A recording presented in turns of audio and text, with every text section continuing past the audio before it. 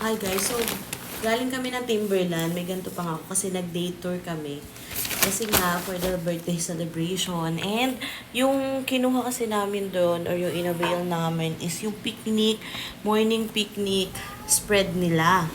And ang daming pagkain nung picnic na pinrepare nila. So, ito yung mga yun. Yan. Pwede siyang i-take out, guys, pagka hindi yun naupo. So, okay na okay lang. Huwag kayong mag-alala dyan. Ano siya, ayan, so, mababait sila guys, super mababait as in. Ayan, ang daming bread nung breakfast, dalawa lang naman kami ni Anthony. So, hindi talaga namin naubos. And then, ito may mga puto, meron pang banana bread yata to. Ayan, so, ganyan siya. Ayan, pakita ko sa inyo kung ano yung mga naiuwi namin galing sa breakfast, morning picnic na inavail namin. And ito naman yung banana met. Kadugtong nito banana bread. Tapos may pandesal, ganyan. So, ito. Ang dami. Hindi namin naubos. Ito guys, yung parang sausage. Tapos may mga potato. O anong tawag dito? Basta yung potato siya na ginanyan. And then, ayan. Ang sarap yan. Ano ko tawag dyan? Nakalimutan ko lang. Hash brown. Yun. Tapos, ito guys, may itlog. Yan o. Ayan, hindi talaga namin naubos guys. Ganyan siya. So, yung picnic na yun, maglalatag sila doon sa parang overlooking view. And then, doon nila ilalagay. Ayan o, may tinapay pa guys. Sobrang dami talaga. Hindi talaga mauubos. Ayan, mga tinapay. Natakpan nga ako. And then, ito, may fruits pa. Hindi din namin naubos. So, galing lahat yan doon sa picnic. 2.5 siya guys, 2.5. Ayan, may papaya pa. Bongga talaga. Ayan, so meron pa akong alam.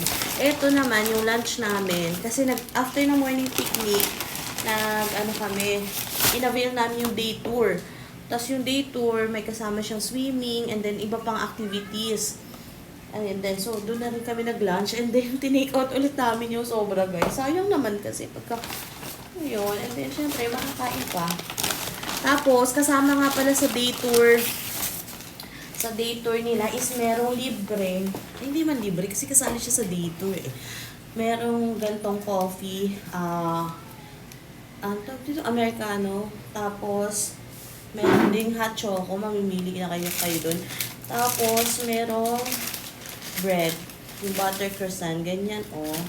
Ang laki, ganyan. Tapos may mga maliliit pa. Dalawa kami. Hindi na namin naubos. Inuwi na rin din namin. So, ganyan. Ang dami talaga pwede. Tapos, dun sa Baker J, na pinuntahan namin, meron akong nabit talaga na, excuse me, na mug. Ang ganda.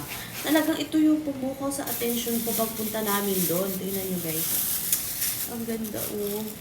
Baker J, from Baker J. Guys, ang Baker J talaga, na nasa Timberland Heights, Highlands Resort. Ang ganda, ang sasarap ng mga pagkain. Yan o, ang ganda. So, may kapihan na ako, yan. And mainit na tubig. Yeah, so, ito talaga yung, parang sabi ko, regalo ko na yun sa sarili ko, guys. So, this one is, pag pumunta kayo doon, 600 siya pagka inabiyon nyo. Ayan, so kasama nga pala dun sa day tour ay parang yung complimentary use ng gym.